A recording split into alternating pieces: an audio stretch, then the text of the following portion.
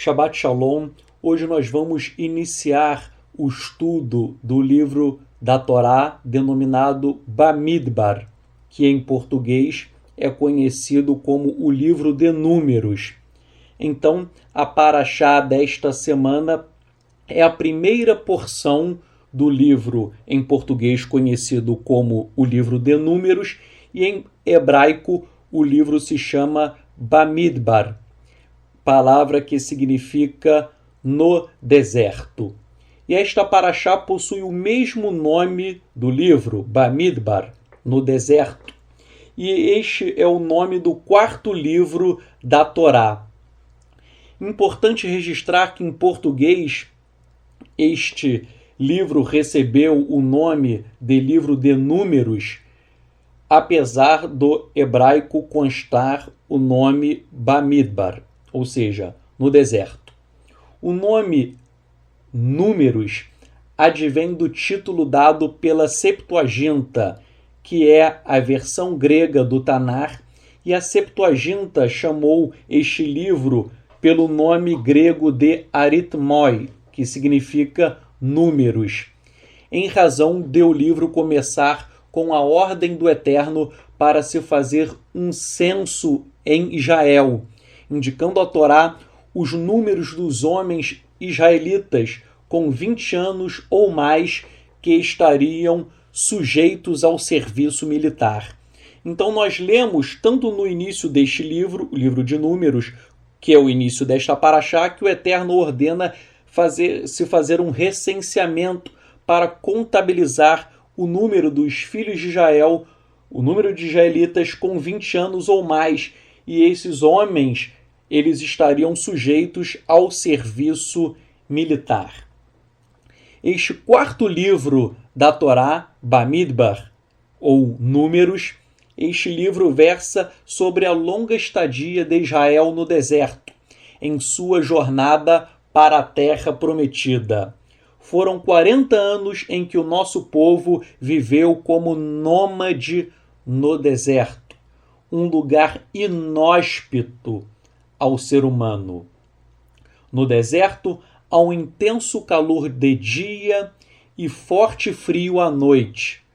No deserto, não há água nem comida. No deserto, há inúmeras tempestades, escorpiões, cobras e um grande número também de inimigos. Ou seja, o deserto é um lugar de difícil sobrevivência. Porém, o Eterno sustentou Israel por 40 anos de forma sobrenatural, ainda que Israel lhe fosse infiel. Neste livro, nós veremos que em inúmeras ocasiões Israel violou as mitzvot, os mandamentos do Eterno. Israel foi infiel para com a Torá. Porém, ainda que Israel desobedecesse a Torá e fosse punido pelo Eterno, mesmo assim o Eterno ele assegurou que a sua aliança com o nosso povo, o povo de Israel, seria uma aliança irrevogável, irretratável.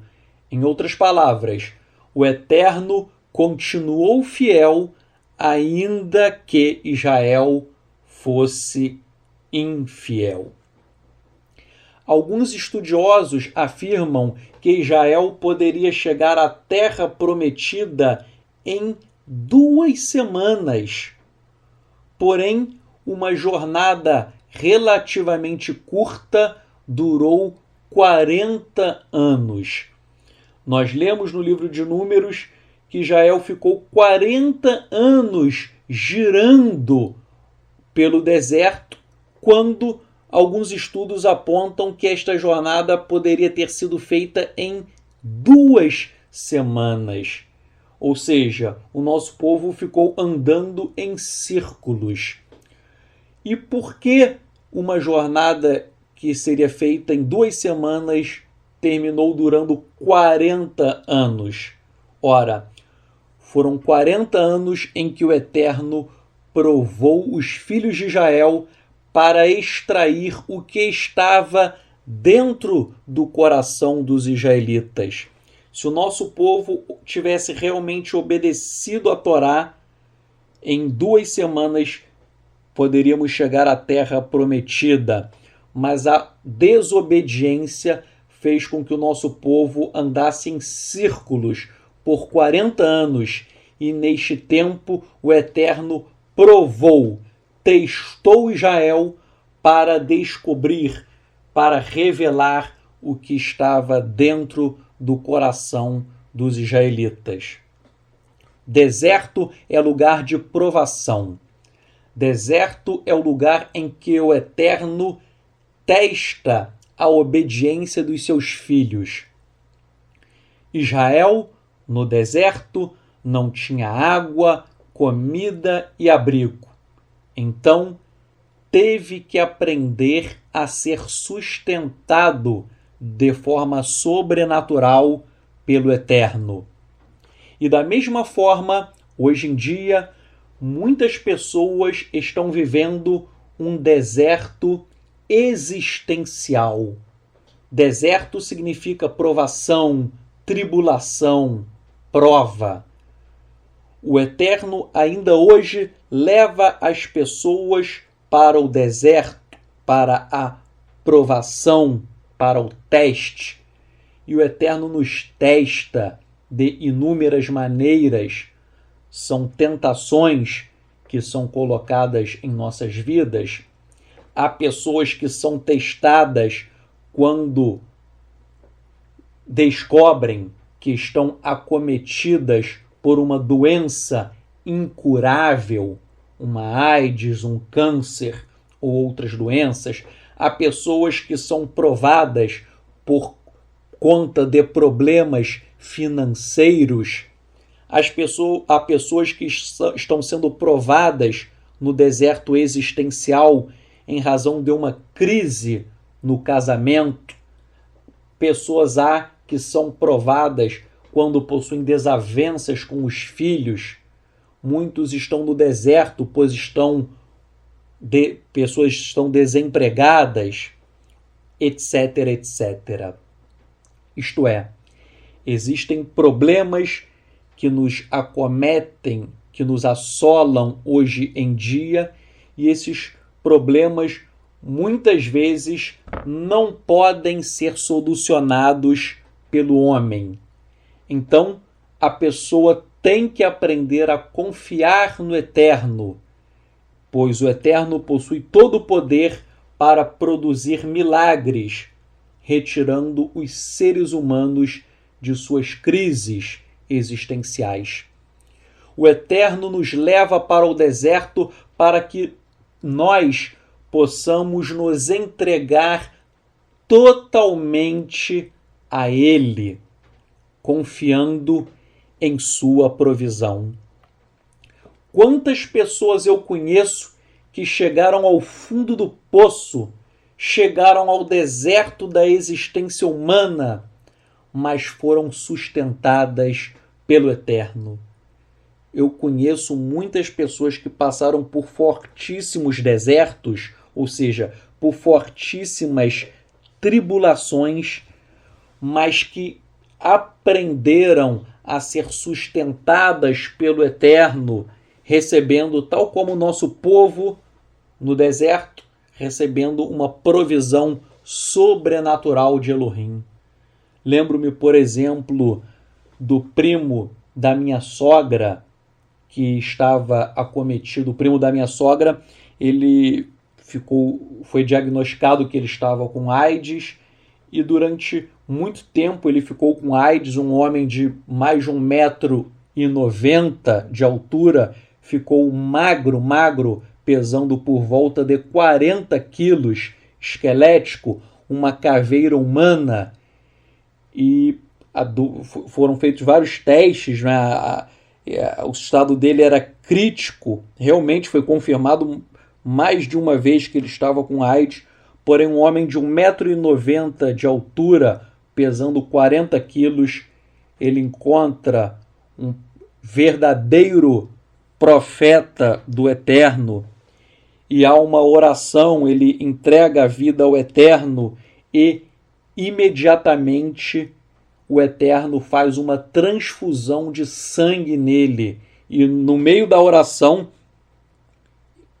o Eterno faz com que haja uma cura milagrosa. E ele, até hoje, está vivo, com saúde, está forte. Eu conheço muitos casos de pessoas que foram curadas de AIDS por meio da oração e do poder sobrenatural do Eterno se manifestando para, em nome de Yeshua, curar pessoas. Lembro-me, por exemplo, de um outro caso do jovem Isaac, que estava com leucemia. Quase 80% do sangue dele tomado pela leucemia. Ele é levado para o Instituto Nacional do Câncer, em que ele fica em uma ala dos pacientes em estado terminal. 20 pessoas em estado terminal naquela sala, todos foram morrendo, e somente sobrou ele dos 20. E mais uma vez, por meio da oração, o Eterno manifesta o seu poder e cura Isaac desta leucemia. E até hoje ele está com uma saúde perfeita. Lembro-me, por exemplo, do caso de uma moça cega. Ela era cega, chamada Aline. E mais uma vez um profeta do Eterno ora por ela e imediatamente a cegueira é curada. São tantos e tantos milagres que eu já presenciei, que eu já me deparei, e o Eterno mostra a sua fidelidade. Nós podemos ser levados ao deserto da existência humana, mas tal como o Eterno de forma milagrosa sustentou o povo de Israel, o Eterno continua nos sustentando e nos mantendo nos dias de hoje, fazendo sinais, prodígios e maravilhas quando nós oramos em nome de Yeshua HaMashiach. E eu fico pensando, por que o ser humano sofre? Por que nós sofremos? Por que as pessoas ficam com doenças ou com crises no casamento, problemas financeiros, problemas e problemas? Por que o ser humano sofre? Eu creio que o sofrimento é uma das formas que o Eterno usa para nos aproximarmos dele. Quando não resta esperança, quando não há solução, logo nós entregamos tudo nas mãos do Eterno, reconhecendo a sua soberania. E é neste momento em que o Eterno faz o impossível se tornar possível. Se você que assiste esta paraxá está vivendo um deserto existencial, saiba que você não deve olhar para o tamanho do seu problema, você não deve olhar para o tamanho do seu deserto. Olhe para o tamanho do nosso Elohim.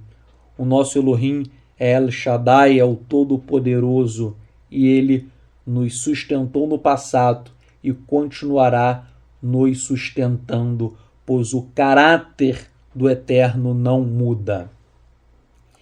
E em Devarim, Deuteronômio capítulo 8, o Eterno disse que levou o povo ao deserto durante 40 anos para humilhar e provar, para saber o que estava no coração de Israel, ou seja, se Israel obedeceria ou não aos mandamentos contidos na Torá. Ou seja, Israel foi levado ao deserto para o Eterno testar Israel, indicando se Israel iria obedecer ou não às mitzvot, aos mandamentos da Torá. E com base em Devarim, Deuteronômio 8, eu penso que ainda hoje o Eterno ele nos testa, nos prova para certificar se nós somos ou não obedientes à sua vontade consignada na Torá. Eu vou ler Devarim, Deuteronômio capítulo 8, que é um texto que eu gosto muito. Está escrito: cuidareis de cumprir todos os mandamentos que hoje vos ordeno, para que vivais e vos multipliqueis e entreis e possuais a terra que o Eterno prometeu sob juramento a vossos pais. Recordar-te-ás de todo o caminho pelo qual o Eterno teu Elohim te guiou no deserto estes 40 anos, para te humilhar, para te provar, para saber o que estava no teu coração, se guardarias ou não os seus mandamentos. Ele te humilhou e te deixou ter fome, e te sustentou com o maná, que tu não conhecias, nem teus pais o conheciam, para te dar a entender que não só de pão viverá o homem, mas de tudo que procede da boca do Eterno viverá o homem. Nunca se envelheceu a tua veste sobre ti, nem se inchou o teu pé nestes 40 anos. Sabe, pois, no teu coração, que como um homem disciplina seu filho, assim te disciplina o Eterno, o teu Elohim. Guarda os mandamentos do Eterno, teu Elohim, para andares nos seus caminhos e o temeres, porque o Eterno, teu Elohim, te faz entrar numa boa terra, terra de ribeiro de águas, de fontes, de mananciais profundos, que saem dos vales e das montanhas, terra de trigo e cevada, de vides, vigueiras e romeiras, terra de oliveiras, de azeite e mel, terra em que comerás o pão sem escassez, e nada te faltará. Terra cujas pedras são ferro e cujos montes cavarás o cobre. Comerás e te fartarás, e louvarás o Eterno, o teu Elohim, pela boa terra que te deu. Guarda-te, não te esqueças do Eterno, o teu Elohim, não cumprindo os seus mandamentos, os seus juízos e os seus estatutos que hoje te ordeno, para não suceder que, depois de teres comido e estiveres farto, depois de haveres edificado boas casas e morado nelas, depois de se multiplicarem os teus gados e os teus rebanhos, e se aumentar a tua prata e o teu ouro, e ser abundante tudo quando tens, se eleve o teu coração, e te esqueças do Eterno teu Elohim, que te tirou da terra do Egito, da casa da servidão, que te conduziu por aquele grande e terrível deserto de serpentes abrasadoras, de escorpiões e de secura, em que não havia água, e te fez sair água da pederneira, que no deserto te sustentou com o maná, que teus pais não conheciam, para te humilhar e para te provar, e ao final te fazer o bem. Não digas no teu coração: a minha força e o meu poder do meu braço me adquiriram estas riquezas. Antes, te lembrarás do Eterno teu Elohim, porque é Ele o que te dá força para adquirires riqueza, para confirmar a sua aliança, que sob juramento prometeu a teus pais, como hoje se vê.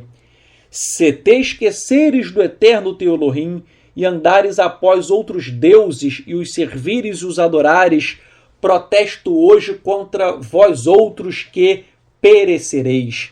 Como as nações que o Eterno destruiu diante de vós, assim perecereis, porquanto não quisestes obedecer à voz do Eterno, o vosso Elohim.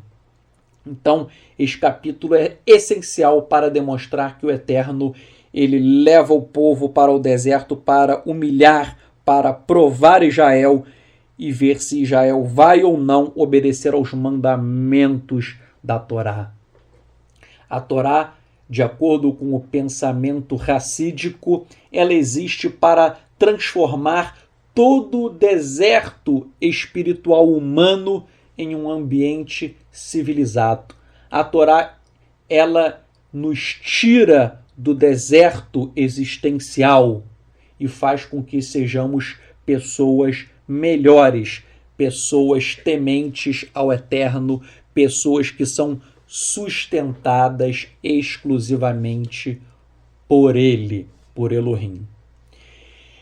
E eu vou fazer um breve resumo dos temas centrais deste livro, Bamidbar, do livro de Números. Este livro de Números ele tem 4 temas centrais. O primeiro é a santidade de Elohim, que ordena a obediência à Santa Torá. Bamidbar, Números, é um livro que ensina sobre o dever de obedecermos à Torá. O segundo tema deste livro se refere à pecaminosidade do homem, pois o livro de Números ele demonstra que Israel desobedeceu ao Eterno inúmeras vezes durante os 40 anos no deserto. Nós estudaremos durante as semanas que se seguem a vários episódios em que Israel ele desobedeceu ao Eterno no deserto e Israel foi punido. Então esse livro demonstra como o homem é pecador. O terceiro tema central deste livro se refere à punição pela desobediência à Torá. Toda vez que Israel desobedece ao Eterno, o Eterno pune pela transgressão à Torá.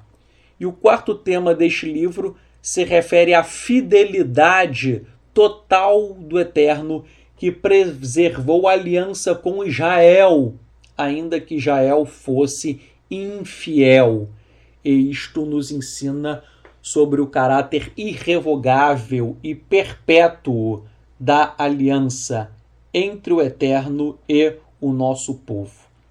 E como eu já falei, mas agora eu vou ler rapidamente o texto em hebraico, o nome dessa paraxá, que é o nome do livro da Torá, é Bamidbar. E Bamidbar significa no deserto. E o nome deste livro ele é extraído do texto em hebraico do capítulo 1, verso 1 de Números.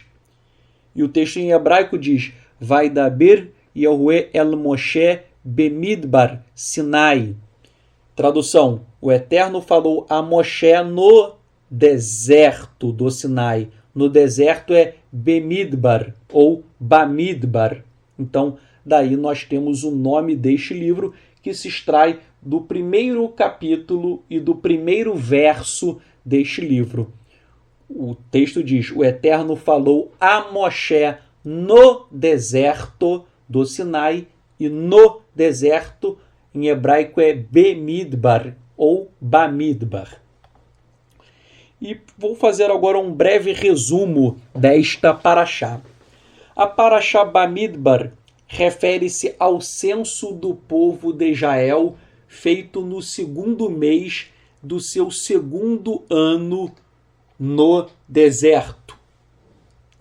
Após a Torá relacionar os líderes das 12 tribos de Israel, a Torá apresenta o total de homens com mais de 20 anos de idade para cada tribo, que estariam sujeitos ao serviço militar. E a contagem total dos homens com mais de 20 anos de idade, isso tudo contabilizou 603.550 israelitas. E desde já eu esclareço que nesta contagem não entraram os Levim, não entraram os levitas. Os levitas não estão neste número, eles foram contados à parte. Então, repetindo, excluindo-se os Levim, os levitas, os israelitas com mais de 20 anos de idade totalizaram 603.550 homens. E em seguida a Torá descreve a estrutura do acampamento que deveria guardar, proteger o Mishkan, o tabernáculo.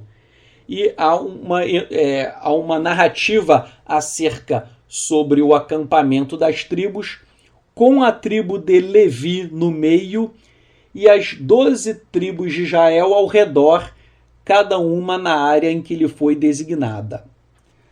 E nesta porção da Torá é feita a designação da tribo de Levi, como os levitas, seriam os líderes espirituais do povo de Israel. E o censo dos levitas, ele é realizado à parte do restante de Israel. Conforme eu falei, os levitas foram contados à parte. Os levitas, eles não foram computados no censo geral, pois o censo geral se destinava a contabilizar homens aptos à guerra. E os levitas, eles não foram vocacionados à guerra, mas sim para prestar serviço ao Eterno. E ensina o comentarista Rashi, com todo acerto, Rashi está certíssimo, o comentarista do nosso povo Rashi, ele explica que os levitas, eles não participaram do pecado do bezerro de ouro, e por isso eles foram separados para servir ao Eterno. Isto é verdade. No livro de Shemot, Êxodo, nós estudamos sobre o pecado do bezerro de ouro, e os levitas, eles ficaram indignados com o pecado do bezerro de ouro, e por essa razão eles foram separados pelo Eterno para servi-lo. E é por isso que os levitas, eles não foram vocacionados à guerra, e sim para o serviço ao Eterno. E a Torá prossegue dizendo que as 12 tribos estariam divididas em 4 grupos de 3 tribos cada. E ficavam as tribos nos 4 lados do Mishkan, do tabernáculo, o norte, sul, leste e oeste. E o Mishkan, o tabernáculo, ficava no meio do povo, indicando que o Eterno manifestava a sua presença no meio do povo de Israel. Ademais, o fato do tabernáculo, do Mishkan, ficar no meio, isto significa que Israel não ia à guerra garantindo-se apenas em sua força física, mas sim que a maior força de Israel é o Eterno. O Mishkan, o tabernáculo, ele ficava no centro do povo, para indicar que o Eterno deve ser o centro de nossas vidas. O Eterno deve ser o centro, deve ser o foco principal da nossa trajetória aqui na Terra. Aliás, na guerra contra Amalek, ou Amalek em português, vocês se recordam que nessa guerra, quando Moisés, ele levantava as mãos, o braço, o nosso povo começava a derrotar os inimigos. E quando o braço e as mãos de Moshe desciam, o nosso povo começava a perder a guerra. Então, as mãos para o alto, o nosso povo vencia. Quando a mão de Moisés descia, o nosso povo começava a perder. E daí vem a seguinte questão: era o braço de Moshe, de Moisés, que fazia com que o povo vencesse? Quem fazia o nosso povo vencer a guerra? O braço de Moshe, de Moisés, ou o Eterno? E o Midrash ele ensina o seguinte, abrem-se aspas: por acaso as mãos de Moshe causavam a vitória ou a derrota? Não. É que quando os israelitas elevavam os seus corações ao Elohim Altíssimo, venciam, e quando se apartavam dele, eram derrotados. Então, o Midrash, ele diz que, na verdade, o braço de Moshe estando estendido ou abaixado, isso, na verdade, era apenas um reflexo de como o povo se comportava. Quando o povo ele eleva o coração para o Eterno, ele vence a guerra. E quando o povo se afasta do Eterno, o povo perde a guerra, o povo é derrotado. A nossa vitória ou a nossa derrota dependem da nossa obediência ao Eterno. Isso na guerra e até hoje em dia. Hoje em dia, nós receberemos bênçãos ou maldições dependendo da nossa fidelidade ao Eterno. E a porção desta paraxá conclui com as instruções dadas à família de Quehat, o segundo filho de Levi, pelo seu papel em lidar com as partes mais sagradas do Mishkan, do tabernáculo.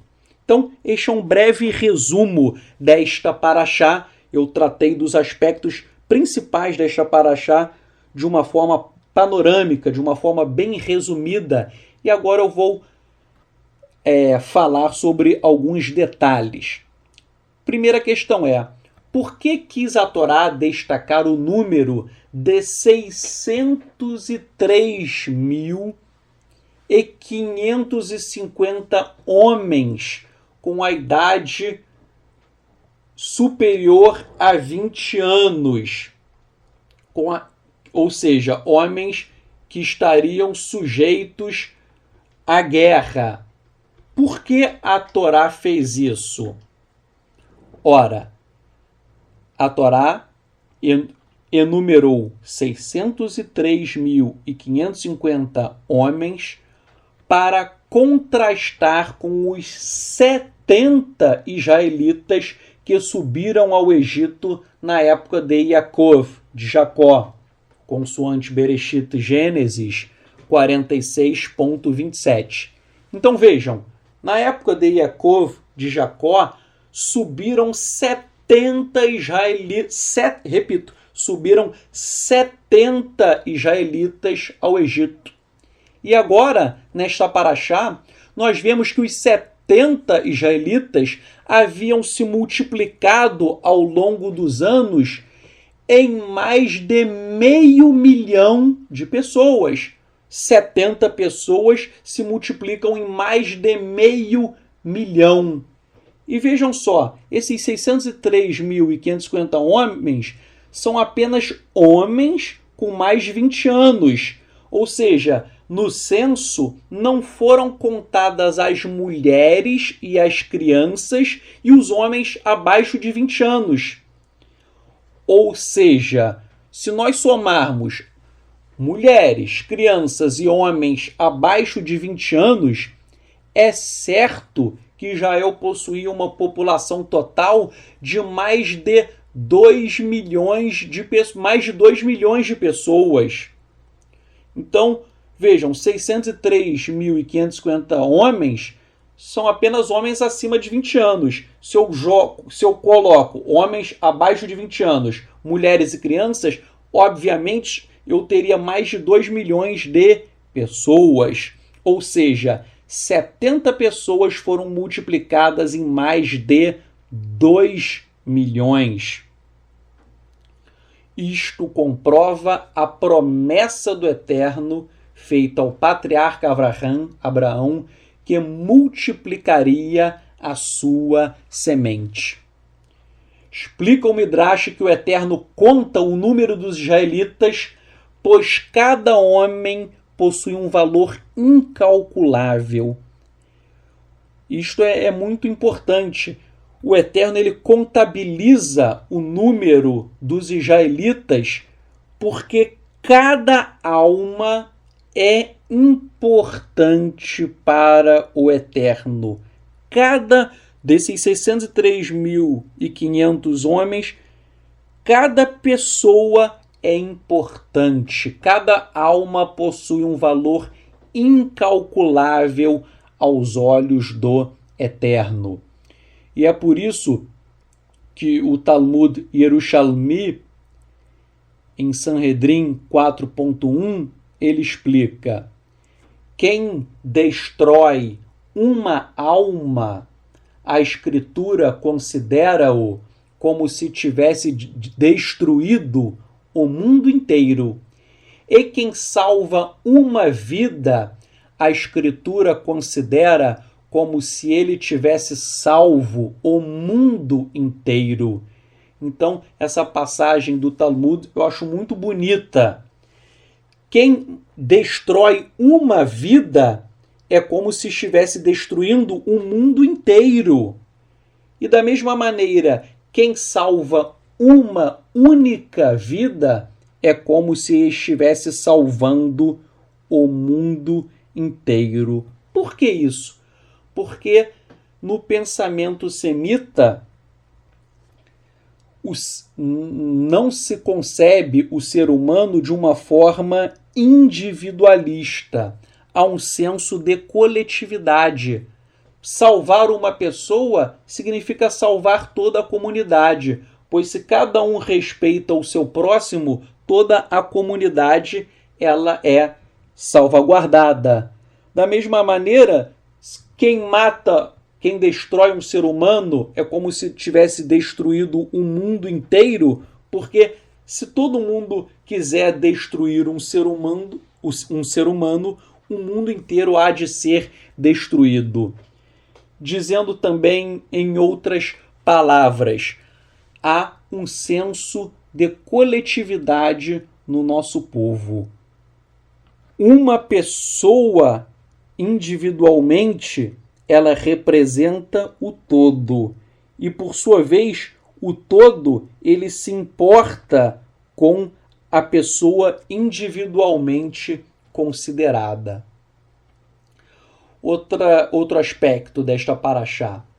De acordo com o Midrash Tanhuma, o Tanar contém 10 ocasiões em que o Eterno conta o número de israelitas. Se você ler o Tanar inteiro, há 10 ocasiões em que o Eterno ele faz um censo dos israelitas. Agora, destes 10 eventos, 9 já ocorreram. Porém, existe um último censo a ser realizado pelo Eterno no futuro, conforme Irmeiahu Jeremias 33:13. Irmeiahu Jeremias 33:13 fala de uma contagem, de um censo que ainda não foi feito, um censo que será realizado no futuro.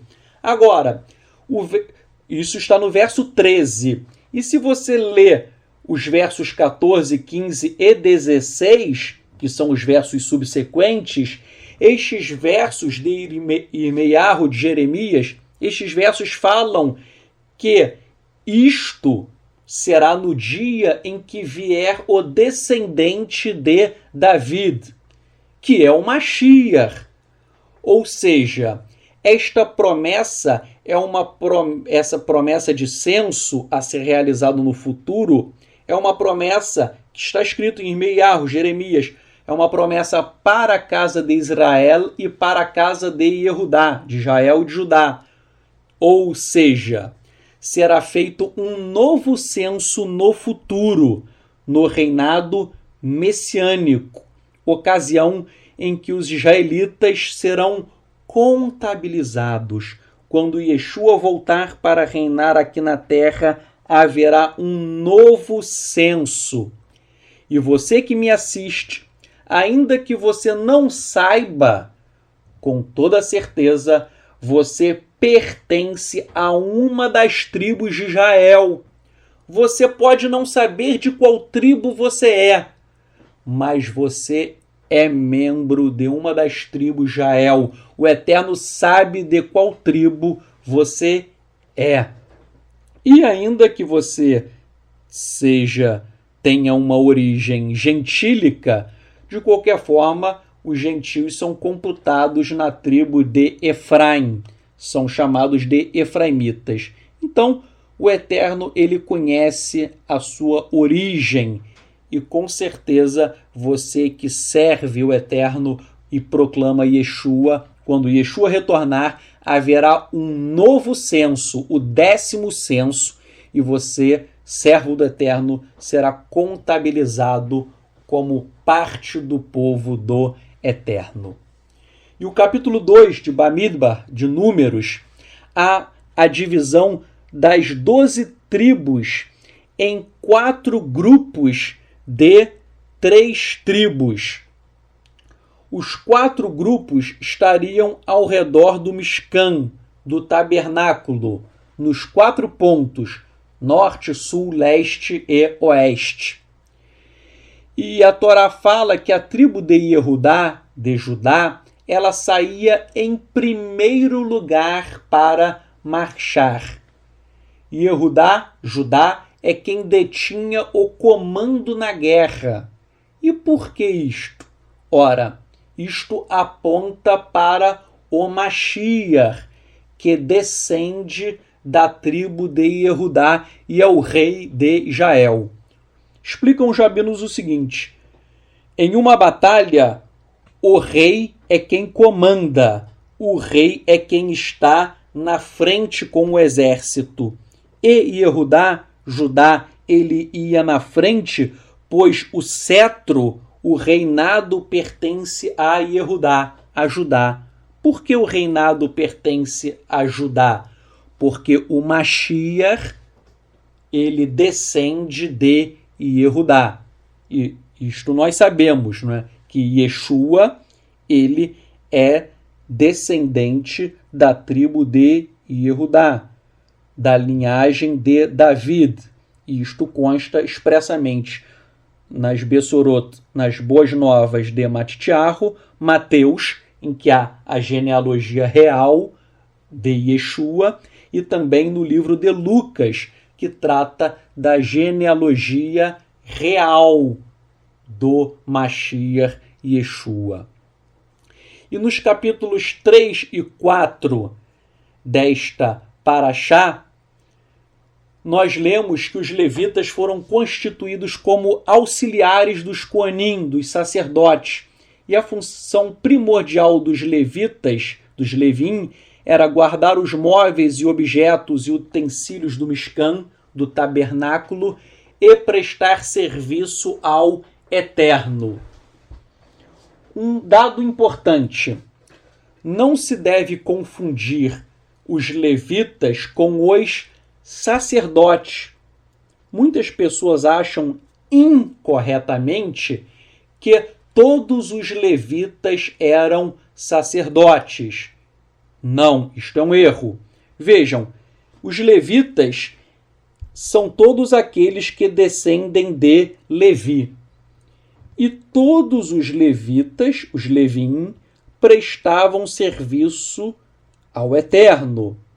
Porém, de todos os Levim, de todos os levitas, havia um grupo específico de levitas. E este grupo específico de levitas, eles eram os descendentes de Aharon, de Arão, e Arão era levita. Então, somente os descendentes de Arão, somente os descendentes de Arão eram sacerdotes, eram Koanim. Ou seja, todo sacerdote tinha que ser levita, mas nem todo levita era sacerdote. Os sacerdotes eram apenas os descendentes de Arão, que também eram da tribo de Levi. E é por isso que os descendentes de Arão eram chamados de Hakonim HaLevim, ou seja, os sacerdotes levitas. Isso é um fato muito importante. Vejam, todos os levitas tinham por missão prestar serviço ao Eterno. Todos os levitas tinham que prestar serviço ao Eterno. Todos os levitas eram os líderes espirituais do povo de Israel. Porém, um segmento pequeno dos levitas, que eram os descendentes de Aharon, eram também sacerdotes, Koanim. Então, os sacerdotes eram apenas os levitas que descendiam de Aharon, de Arão. Outro fato interessante: os membros das demais tribos foram contados se tivessem 20 ou mais anos de idade. Quando nós lemos sobre o censo feito pelo Eterno, nós lemos que os homens com 20 ou mais anos de idade foram contabilizados. Para quê? Para que pudessem prestar o serviço militar. Todavia, em Números 3.15, os levitas eram contados a partir de 1 mês de idade. Vejam a diferença. Nas demais tribos, os homens foram contados se tivessem 20 ou mais anos de idade. Agora, os levitas, eles eram contados a partir de 1 mês de idade, ou seja, quando eles eram bebês recém-nascidos. Ora, por que essa diferença de tratamento? Nas demais tribos, tinha que ter 20 anos de idade para prestar o serviço militar. Os levitas, que serviam ao Eterno, eles eram contados a partir de 1 mês de idade, quando eram recém-nascidos, bebês. Por que isso? Explica Rashi que os levitas, ainda quando eram bebês, foram reputados guardiões do dever sagrado. Isto nos traz a seguinte mensagem simbólica: quem presta serviço ao Eterno deve fazê-lo desde criança e tal como uma criança.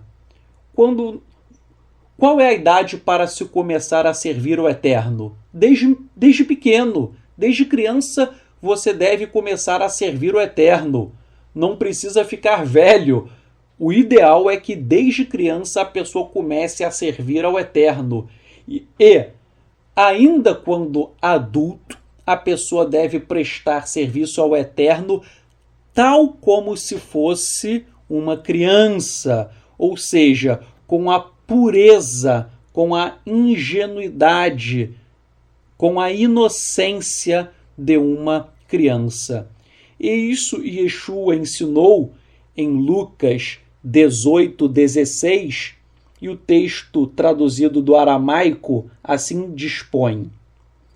Lucas 18:16, eu traduzi do aramaico, está escrito assim: E Yeshua chamou-os e disse-lhes: Deixai as crianças... repetindo, desculpem. Vou traduzir aqui.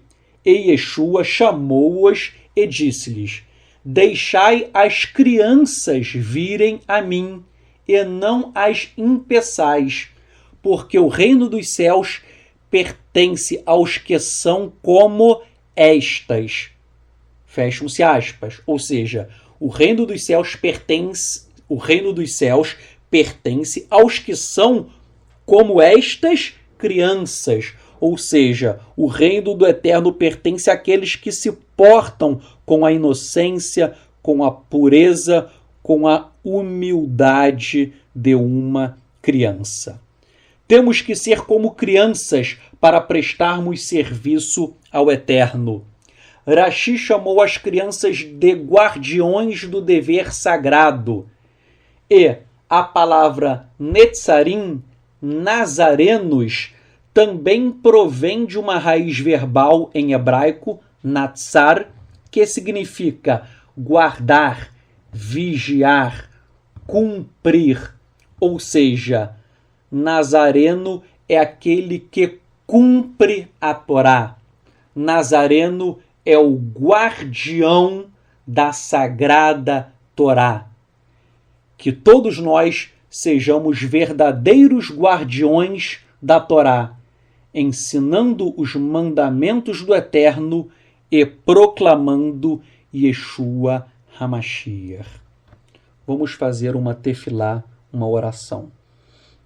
Eterno, nós oramos a Ti para que o Senhor, ó Pai Celestial, o nosso Mestre, o Rei do Universo, para que Tu possas nos auxiliar a cumprir a Tua Torá, para que nós possamos obedecer às mitzvot, aos mandamentos que Tu ordenaste.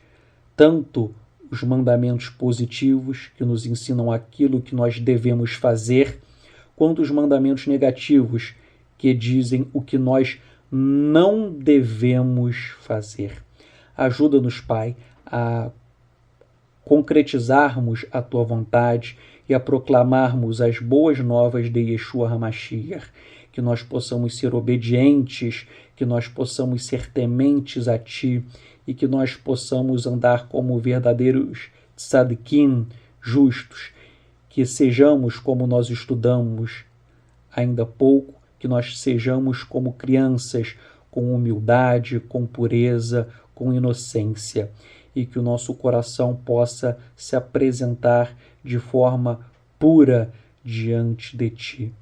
E que nós, Pai, quando Yeshua voltar, por conta da nossa obediência, que nós sejamos contabilizados no 10º e último censo, o censo a ser realizado por Yeshua, o censo que indica o número dos verdadeiros filhos de Israel, o número do Teu povo. E o Teu povo, como diz Guilherme no Apocalipse, o Teu verdadeiro povo é aquele que cumpre os mandamentos da Torá e testemunha Yeshua HaMashiach. Que nós possamos ser contabilizados no Teu reino, que possamos participar das bodas do Cordeiro. Nós Te agradecemos pela Tua bondade, pela Tua fidelidade, pela Tua hesed, pela Tua misericórdia que se renova a cada manhã em nossas vidas. Nós Te agradecemos, Te louvamos, exaltamos o Teu nome, o nome de Yahweh, nome bendito, sagrado, exaltado nas alturas. Muito obrigado, Pai, por toda a Tua bondade. Me chame Yeshua HaMashiach, em nome de Yeshua HaMashiach. Amém.